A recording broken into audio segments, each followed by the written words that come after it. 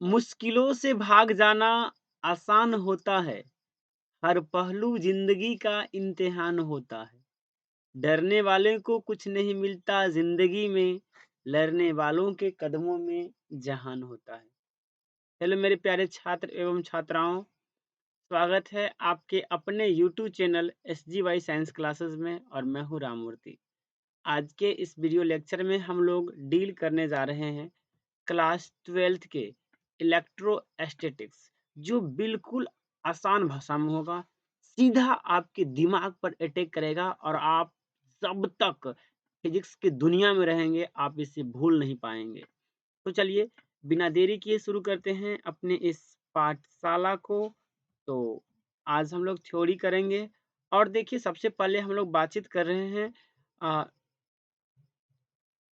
Electrostatics पर, यानी ये इलेक्ट्रोस्टैटिक्स क्या है। तो it is the study of electric charges at rest, यानी हम कह सकते हैं कि इलेक्ट्रोस्टैटिक्स जो है विद्युत आवेश का अध्ययन है जब वह विराम अवस्था में हो, स्थिर वैद्युतिक कहलाता है। यानी कहेंगे अगर विद्युत विराम अवस्था में है तब आप यदि विद्युत का अध्ययन कर रहे हैं तो फिजिक्स के जिस शाखा में आप इस प्रकार के आवेश के इस गुण का अध्ययन करते हैं उसे ही हम लोग क्या कहते हैं, इलेक्ट्रोस्टैटिक्स कहते हैं। हिंदी में कहेंगे स्थिर वैद्युतिकी। हिंदी में क्या कहेंगे, स्थिर वैद्युतिकी। अब जब कभी भी हम स्थिर वैद्युतिकी की बात करते हैं, यानी जब कभी हम इलेक्ट्रिक अगर आप इलेक्ट्रिक जब कभी हम इलेक्ट्रिक चार्ज की बात करते हैं तो वहां पर एक बात उठती है और वो होता है फ्रैक्शनल इलेक्ट्रिसिटी, जिसे हिंदी में क्या कह सकते हैं, घर्षण स्थिर वैद्युतिकी।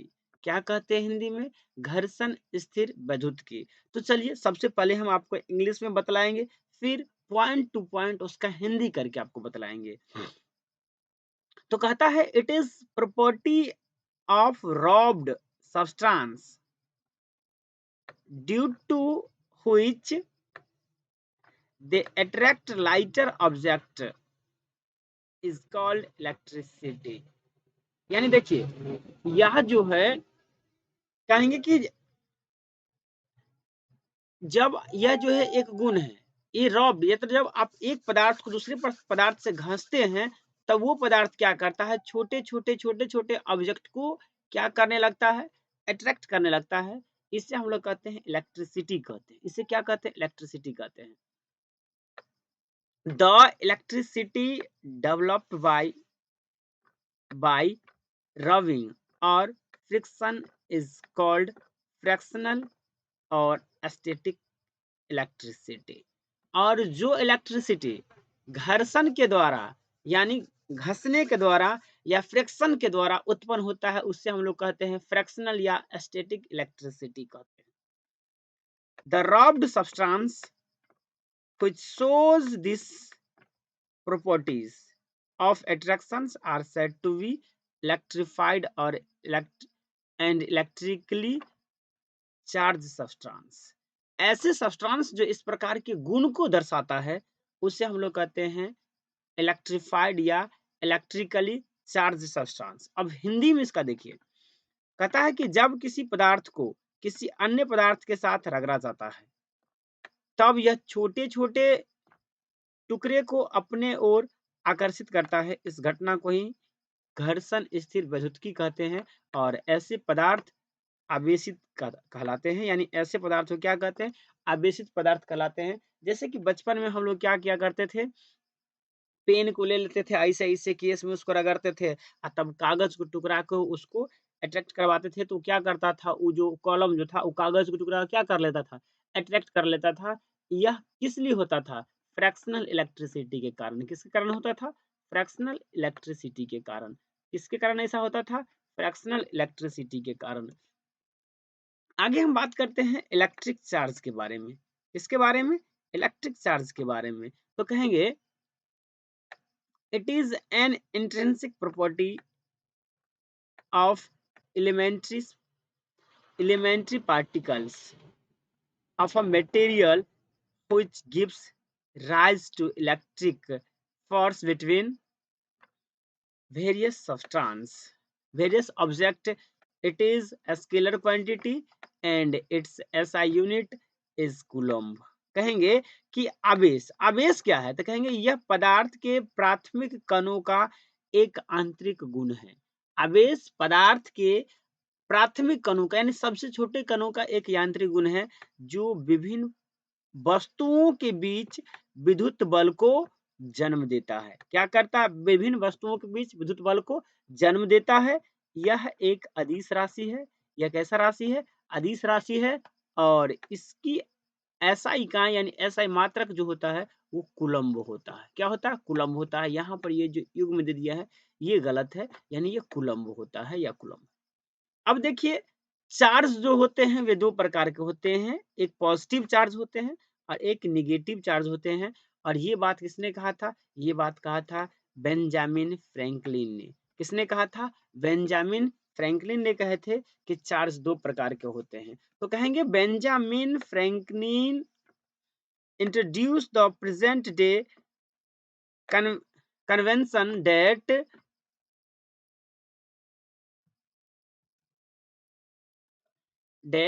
the charge developed on a glass rod which rubbed with the silk is called positive charge। Benjamin Franklin जो थे वे कहे थे कि रेशम के साथ घिसने पर कांच के छड़ पर विकसित किया गया आवेश धनात्मक आवेश होता है। कैसा आवेश होता है? धनात्मक आवेश होता है। और दूसरा बताए थे कि the charge developed on plastic या ebonite rod when rubbed with fur is called negative charge. कहता है कि फर के साथ रगड़ने पर प्लास्टिक या इवोनाइट रॉड पर विकसित होने वाले आवेश को ऋणात्मक आवेश कहते हैं। क्या कहते हैं?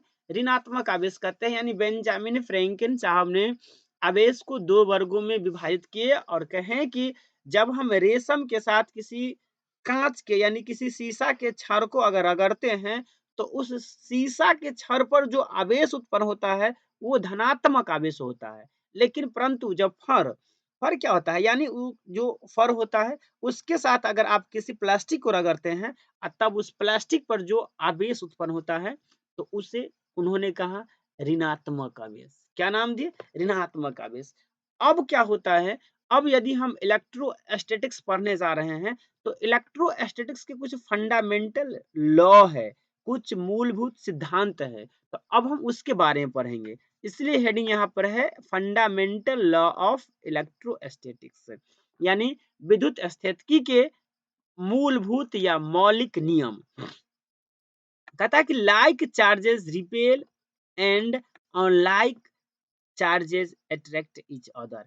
इनके जो फंडामेंटल सिद्धांत है वो कहता है, इनके जो मूल नियम है वो कहता है कि एक समान चार्ज एक दूसरे को प्रतिकर्षित करते हैं तथा असमान आवेश एक दूसरे को आकर्षित करते हैं। यानी कहने का मतलब है कि अगर दो गो चार्ज है, एगो प्लस है और दूसरा माइनस है, तो ये चार्ज, ये निगेटिव चार्ज इसको अपने ओर खींचेगा, निगेटिव चार्ज प्लस वाला को अपने ओर खींचेगा और ये प्लस वाला निगेटिव चार्ज को अपने ओर खींचेगा। यानी ये एक दूसरे पर कौन बल लगाएगा? आकर्षण बल लगाएगा। लेकिन अगर दोनों पल से प्लस है, क्या है? दोनों पल से प्लस है तो दोनों में क्या होगा? विकर्षण बल लगेगा। ये एक दूसरे को विकर्षित करेगा। क्या करेगा? एक दूसरे को विकर्षित करेगा। अब आगे देख लेते हैं। आगे आता है electronic theory of fractional electricity.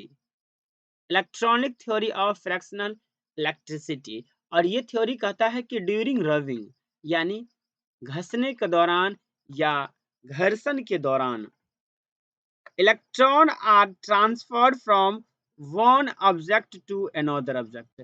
कहता है कि जब आप एक वस्तु के दूसरे वस्तु पर रबिंग करते, घसते हैं तो क्या होता है?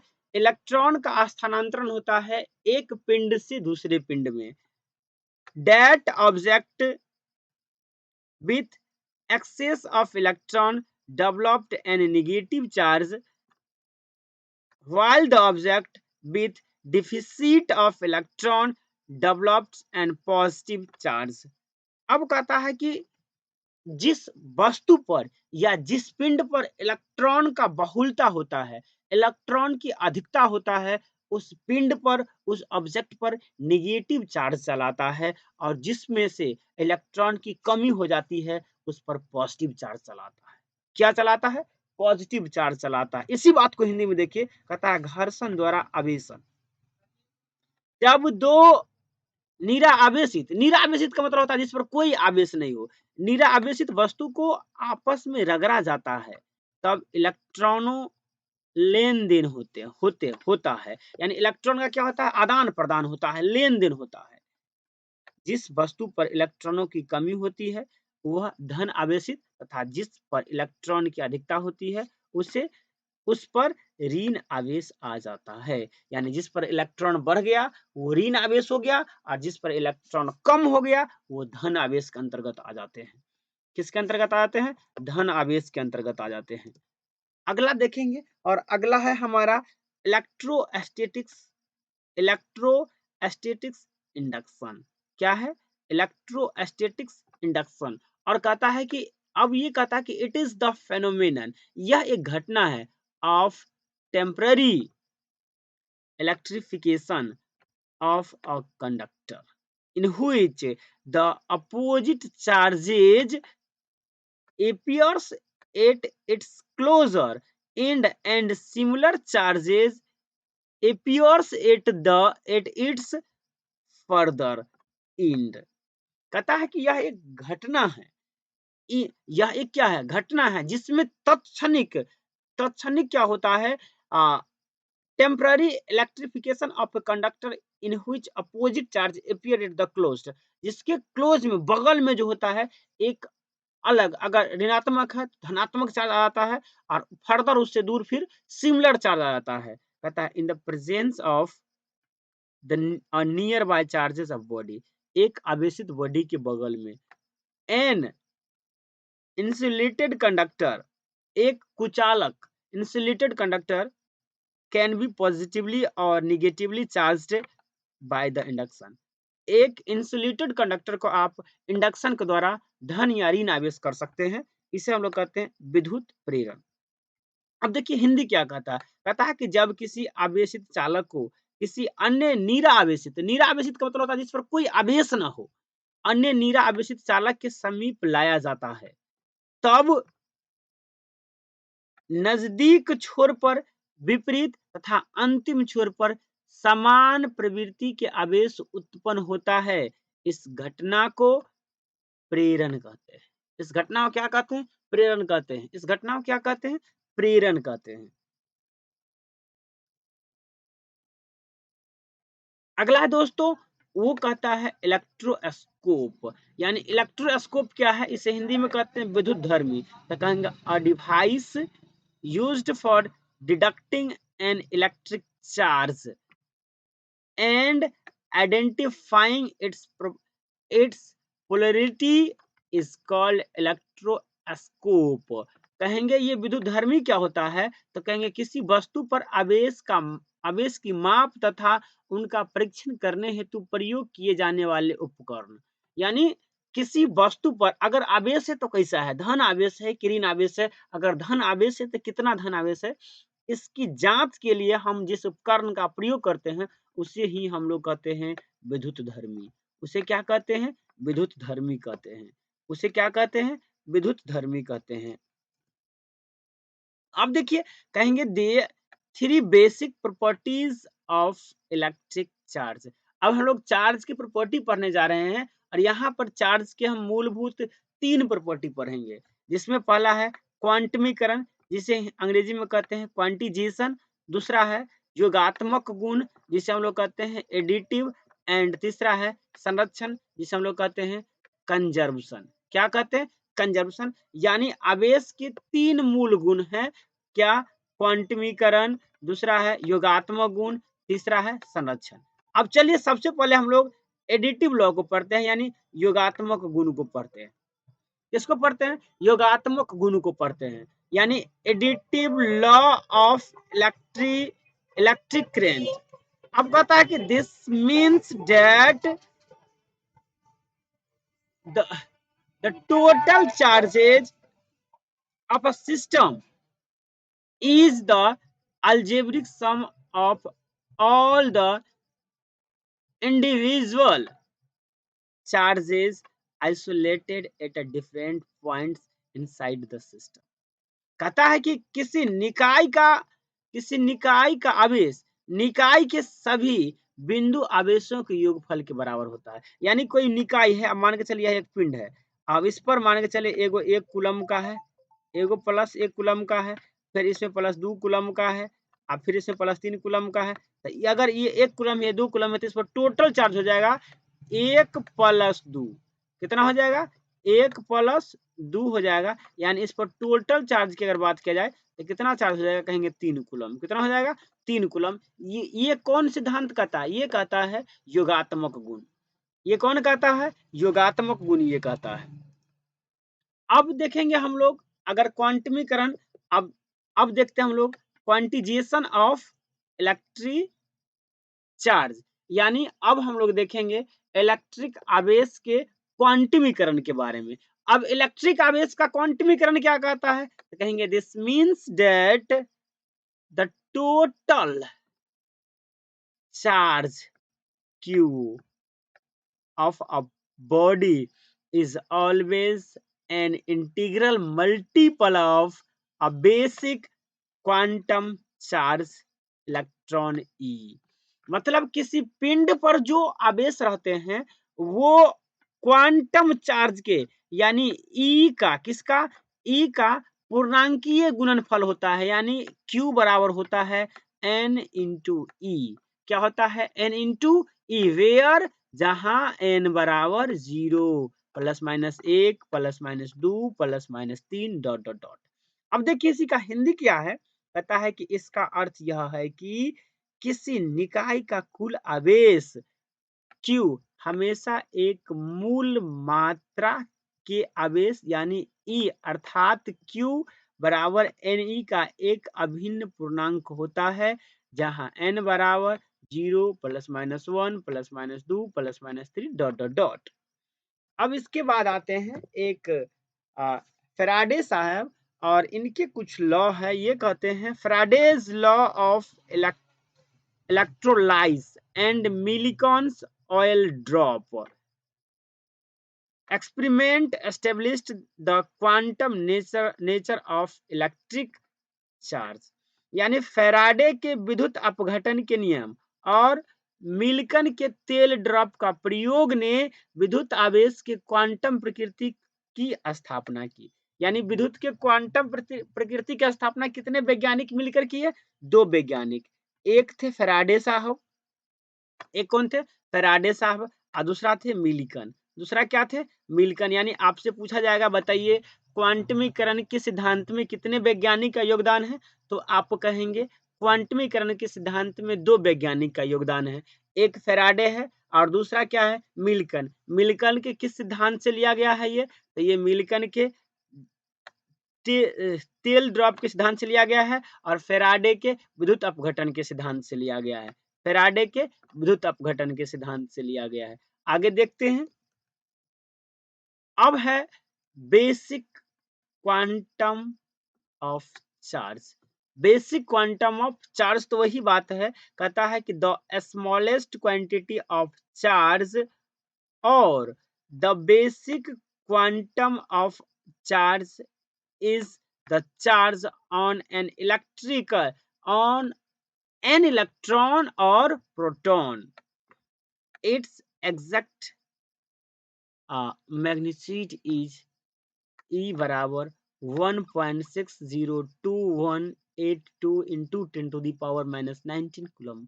यानी इसका जो मूल मात्रा है, ये मूल मात्रा में सबसे छोटे 2 ही आवेश हैं, एक तो या तो वो इलेक्ट्रॉन है या प्रोटॉन है, और इसका सटीक मान होता है 1.6। हम लोग सटीक क्या संक्षिप्त में क्या रखते हैं, E बराबर 1.6 गुने 10 के पावर माइनस 19 कूलम।